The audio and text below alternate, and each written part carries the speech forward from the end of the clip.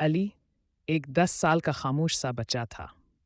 اس کے والدین ہمیشہ مصروف رہتے اور وہ زیادہ تر وقت تنہا گزارتا۔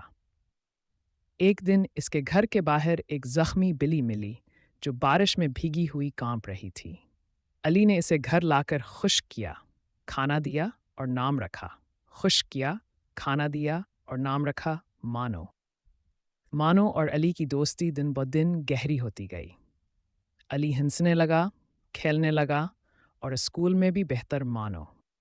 مانو اور علی کی دوستی دن بدن گہری ہوتی گئی۔ علی ہنسنے لگا، کھیلنے لگا اور اسکول میں بھی بہتر ہونے لگا۔ لیکن ایک دن مانو گم ہو گئی۔ علی کئی دن تک ہر گلی، ہر نکڑ پر اسے ڈھونڈتا رہا۔ بارش میں بھی، دھوپ میں بھی، وہ ہارا نہیں۔ آخر کار ایک دن اسکول کے باہر مانو کو دیکھا۔ وہ آہستہ آہستہ علی کی طرف آئی اور علی کے قدموں